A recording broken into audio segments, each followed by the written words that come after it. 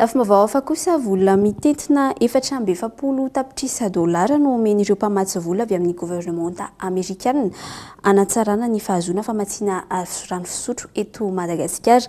Tanjony tetikasa ny anovana ny rafitra ahazoana ny rano madio sy ny fanadiovana manerana ny Madagasikara. Tetikasa izay iarahan'ny sampam-pandraraha amerikanina USAID sy ny ministeran'ny rano sy ny fidiovana.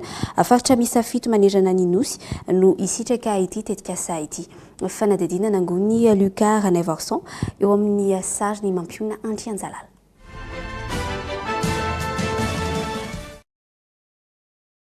Mitetina $530 tapitrisa sy $10 tapitrisa ny famatsim-bola hoentin'ny sampam-pandraraha amerikanina mamatsy vola ireo tetikasa roa entina hanatsarana ny fanavoazana ny rano madio sy fidiovana manerana ny Madagasikara. Haritra 5 taona ny tetikasa ary ho tanterahana manerana ireo faritra 7 eto amin'ny firenena.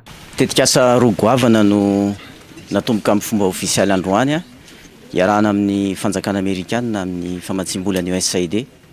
Voalohany dia ny tetikasa ranomaharitra mitentina $530 tapitrisa amerikanina ary hiasa amin'ny faritra 7 eto Madagasikara. Faritra 7 izay nisafidiana manokana tao anatin'ny fandrindrana ny asa tanterahan'ireo mpiara-miombon'antoka sy ara-teknika amin'ny Madagasikara.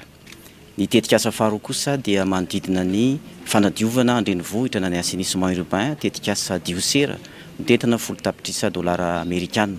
Natomboka androany daholo izy ireo ary io tetikasa diosera io dia amin'ny tanan-dehibe anankitelo Majanga, Tomasina, Fianaratsoa.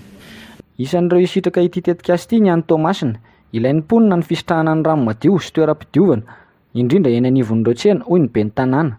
Mampirisika ireo mpandraraha maro samihafa ihany koa ny ben'ny tanàna mba hampiasa vola entina hampivoarana ity tetikasa ity. Buena na za manokana ma ben'ny tanàna tsy dia tena mangataka hoe ity le vola fa ninazy ny zavatra tanjoko dia hoe misy famatsim-bola tsy maninona ary tsy maintsy hiara-iasa amin'ny privétsika, tsy maintsy misy 3P satria amprisina ihany koa zany ireo mpampiasa vola ataontsika hoe ireo olon-tsotra entrepreneur mba afaka mampiasa vola ao anatin' zany resaka ndresantsika zany.